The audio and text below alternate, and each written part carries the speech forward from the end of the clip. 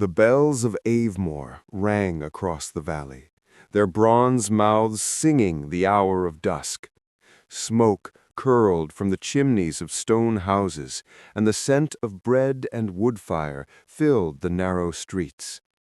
Yet beneath the beauty of the evening lay unease, an invisible thread of fear that pulled through every heart in the kingdom.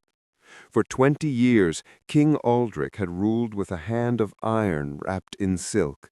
He was once called the Just, but age and betrayal had hardened him.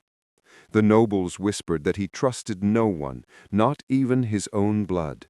And perhaps they were right, for his only son, Prince Rowan, had vanished 5 winters ago in a war that swallowed half the realm. In the quiet hills beyond the castle walls, a lone rider approached, a woman cloaked in ash gray, her horse lathered from long travel. She was known only as Seren of Black Hollow, though few knew her true name.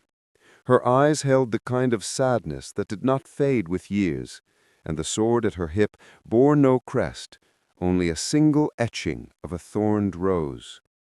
As the drawbridge of Avemoor creaked open, Seren lowered her hood. The guard stiffened. She was no common traveler. Her armor was weathered but forged by a master, her presence calm yet commanding. "State your name and purpose," one demanded. "Seren," she said softly, "I come to see the king. I bear word of his son." The guards exchanged glances, unsure whether to laugh or tremble. Prince Rowan was dead, everyone knew that. But there was something in her tone that left no room for mockery.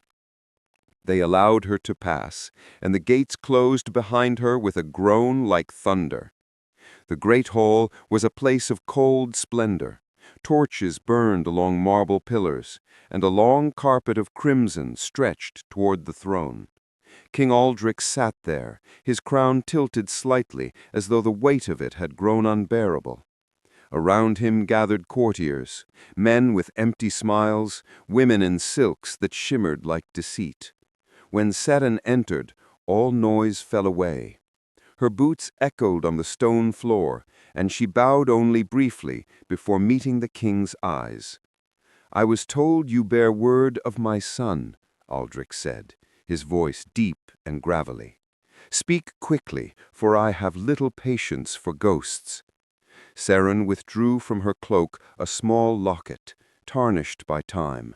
She opened it, revealing a painted likeness of the young prince. "I found this on the battlefield of Darrowmere, but not upon a corpse." A murmur rippled through the court. The king leaned forward, gripping his throne's armrests. "You mean to say he lives?" "I mean to say," she replied, "that he was taken." The room erupted.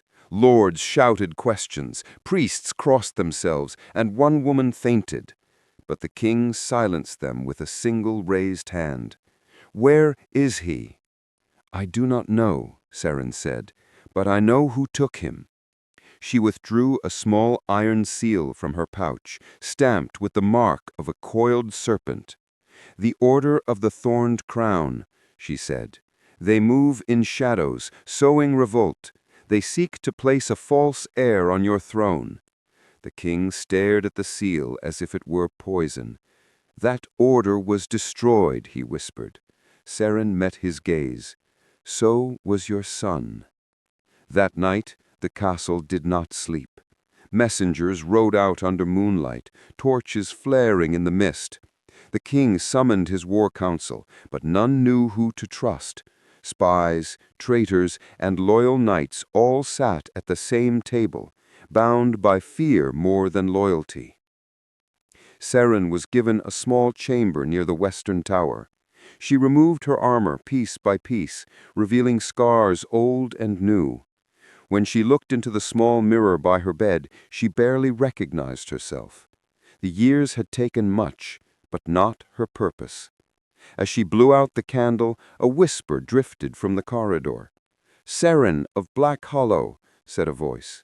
She turned, her hand on her sword. A figure stepped into the faint light, a man cloaked in the garb of the royal guard. His face was sharp, his eyes narrow with curiosity. "You should not wander these halls alone," he said. "I've wandered worse," she replied. He smiled faintly before speaking again. "I am Captain Garrick. The king has ordered me to see that you are comfortable." "I am rarely that," she said dryly. He hesitated before speaking again. "Tell me the truth. Do you truly believe the prince lives?" Seren looked out through the narrow window toward the dark horizon. "Belief is not what keeps me moving, Captain. Memory is." Far away, beyond the borders of Avemoor, in a ruined monastery swallowed by vines, a candle burned in the dark. A man lay chained within, his beard overgrown, his eyes hollow yet defiant. The guards called him the Nameless One, but he knew his name still. Rowan Aldrichson, rightful heir to the throne of Avemoor. And as the candlelight flickered across the stone walls, he whispered a single word into the night.